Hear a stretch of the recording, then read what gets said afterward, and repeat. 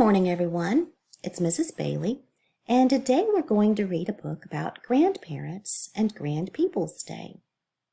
Does your school celebrate Grandparents' Day or Grandpeoples' Day? I know that ours does. It's a day when the parents or the grandparents get to come out and you do shows. You may sing for them. You get to show them around. Well, today in this book, we're going to find out what things were like when they were your age. Have you ever wondered about that? Have you ever talked to your grandparents or grandpeople in your life about that? Well, it's pretty interesting. And as with all my books, if you can, please try to follow along. Every now and then I'll put my cursor down like that in case you get lost so you can catch right back up. It says grandparents are the best. We all have grandparents, whether we know them or not. Some people have several grandparents and others may only have one. If you don't know who your grandparents are, or if yours are no longer here, I bet you have some grand people in your life. Grand people are the same as grandparents. They are awesome, older people in our lives who love us, and we love them. They're important to us. During this book, I'll sometimes say grandparents and sometimes grandpeople. Just know they're one and the same. So it doesn't have to be your grandparents, like your parents' parents. It can just be any grand person in your life, any older person whom you love and they love you. Like for instance, right over here. They don't particularly look like each other, but this is obviously a grand person in this child's life. So it's anyone.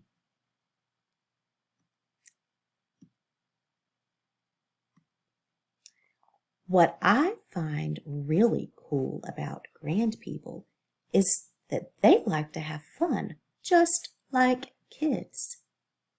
Have you ever noticed that? Do the grandpeople in your life like to have fun? Sometimes they like to teach us things too. But their teaching is disguised as fun. Yeah, it is. So in all of these pictures, it looks like the grandchildren are having a lot of fun, as well as the grandpeople. But they're also learning things. This little girl is learning how to play ball. These kids are learning how to cook. These kids are learning how to roast marshmallows in what looks to be like a garbage can. They've turned it into a stove type area. I bet you these kids are learning about nature on their nature walk. Learning how to fish. Learning how to read. All kinds of fun stuff, but they're learning too. Did I mention that grandparents go by some really strange names? Well, they do. Here are just a few. Trust me, there are plenty more. If you don't see yours here, just add it. Now, I'm going to go through these kind of quickly, but you may see your grandparents or grandpeople's name in this list. If not, I bet you somebody else in the world has the same name. I'll tell you at the end why I think that. Okay, the first one, grandma, grandpa, grandmother, grandfather, nana, papa, mama, pawpaw, Mimi, Gigi, big mama, big daddy, Grammy, Grampy, Gram, Gramps, Gran, Gima, Jeepa, Pop, Pop, Yaya, Oma, Opa, Abuela, Abuelo, Bubby, Lovey, and many, many, many more. So I called my grandma Big Mama. My kids call my mom and my mother-in-law's Mina. No idea where they come up with that from, but that's what they call her. I have a nephew who calls my mother-in-law Alligator. So see, it can be anything. It doesn't matter. It's what you call them. It's the name they love, and it sticks. So over here it says Grandpeople's Survival Kit. Now, a survival kit is something that helps someone survive. So this isn't really a survival kit, but it's things that we always see the grandpeople in our lives doing, or it's things that they always seem to have. For instance, a lot of grandparents like to bake. Doesn't have to be cookies. It can be cake, bread, anything, or just like to cook in general. I know that my mom, who is a grandmother, always has to have her lipstick, and my big mama always had to have her lipstick too. Gotta have that coffee. And a lot of times, especially grandpeople, have to have their newspaper. A lot of times people nowadays can just look for the news on their computer. But back in the day, everybody had to have a physical newspaper. And photo albums. People would take pictures and they would put them in a photo album. These are individual pictures that they put in this photo album. There's 4 on this page and there's 4 on the other page. And people would pick up a photo album and look through at all of the pictures. And glasses. Got to have those glasses. Now, I have to have my glasses too, and I'm not even a grandma yet. Grandparents also really love pictures, just what I was talking about. They have about 1 million on their phones. Plus, if you remember, they have a lot of those photo albums too. Not to mention, they have a ton of pictures around their house. And down here it says, I wonder how they took selfies in the olden days. This little boy is thinking about that. He knows they didn't have phones, and see, nowadays they can just take their phone, sit in front of it, and take a picture real quick, and then they can see it on their phone immediately. But how did they do that when your grandparents were young? I think we're going to find out. It says ancient selfies.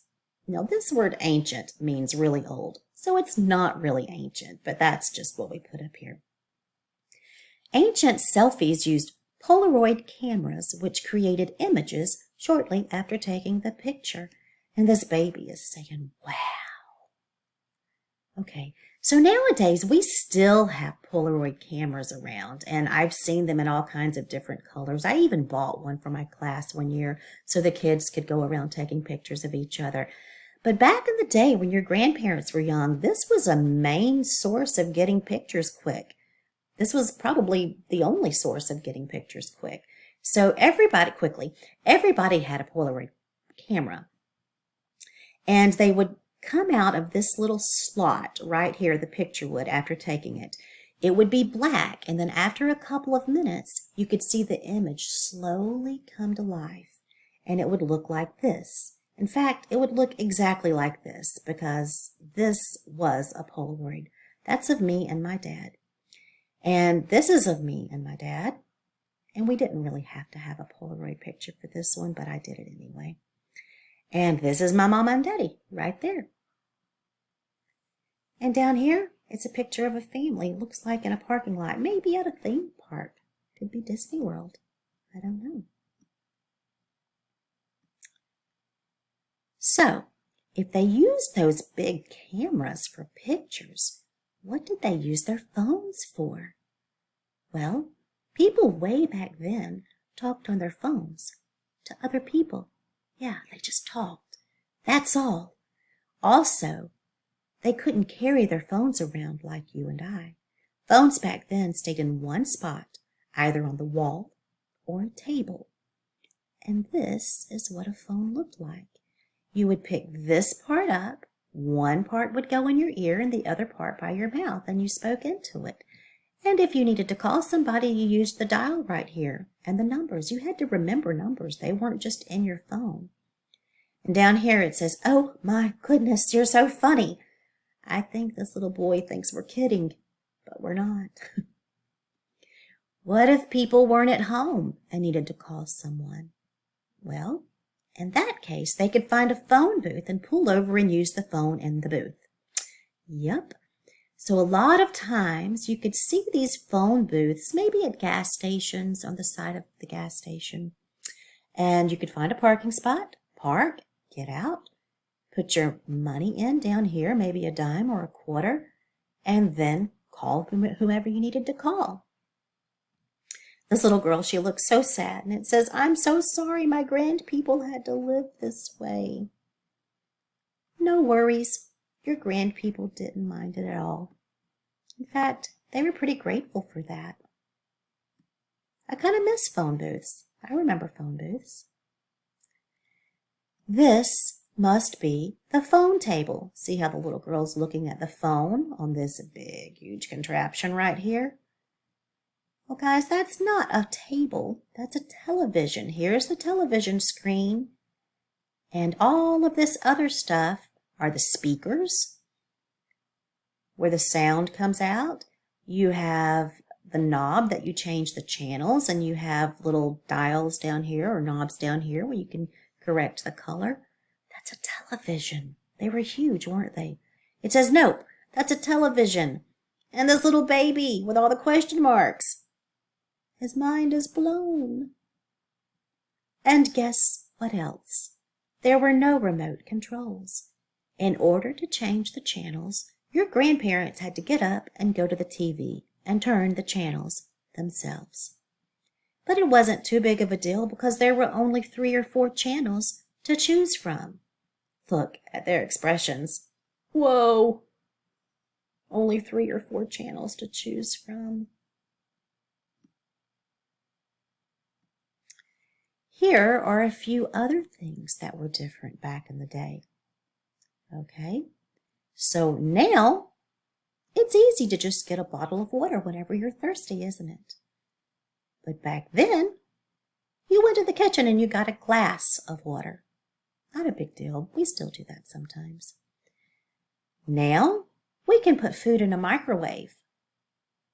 Back then, if you wanted to make something quick, you had to get a pot, put it on the stovetop, and cook it that way. So it wasn't really quick. Now, parents may say, "Kids, go put on your favorite show."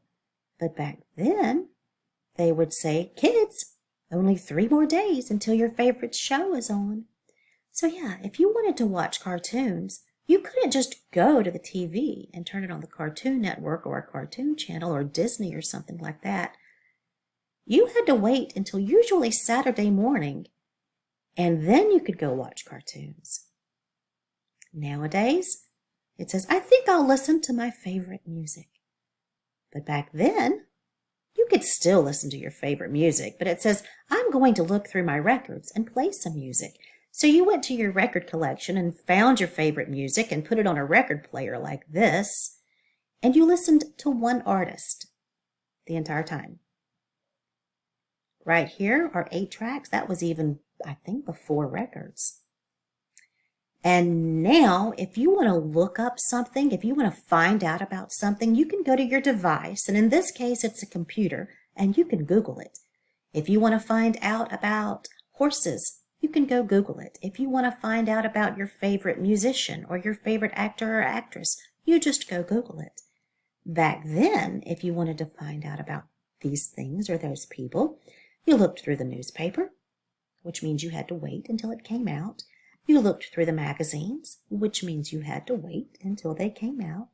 You could watch the news, which means you had to wait until it came on. Or you could go to an encyclopedia. If you wanted to find out about starfish, you would go and you would look for the encyclopedia that had an S on the side, because that means all S subjects were in it. And you would look through it, find starfish, and read about them. So you had encyclopedias for every letter. So back then you had to have a lot of patience, which I think bodes well for school time. They were used to having patience back then. Now, not so much.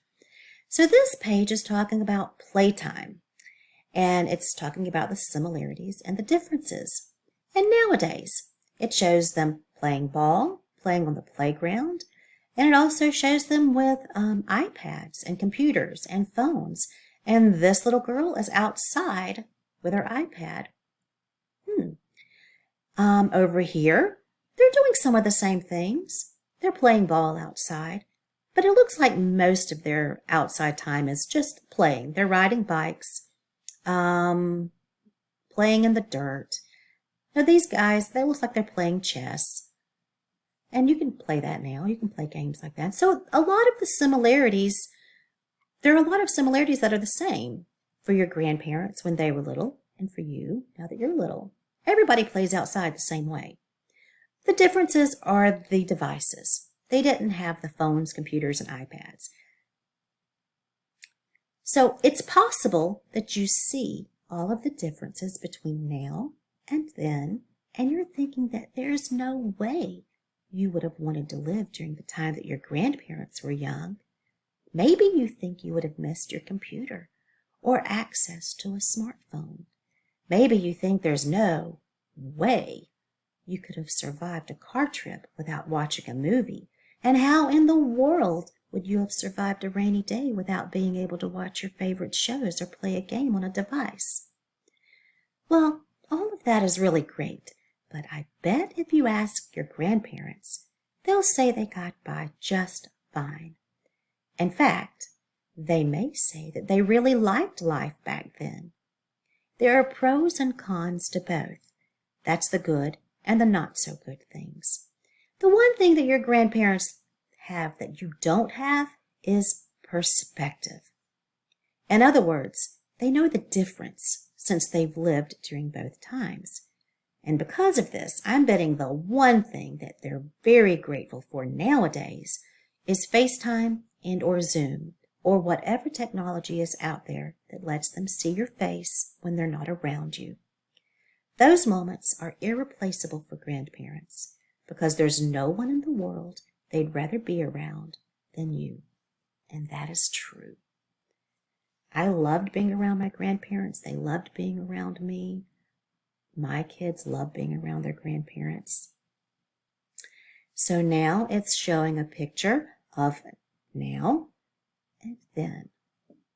So they've gotten a little bit older and they're grand people now, whereas back then they weren't grand people. They were just falling in love. So I hope you enjoyed reading about grand people or grandparents and finding out what they did in their lives when they were your age. And I hope you saw some of the similarities and some of the differences, and I hope you can appreciate some of the similarities and the differences. I know that they can because we talked about perspective. So until next time, I hope you have a great rest of your day. Bye-bye.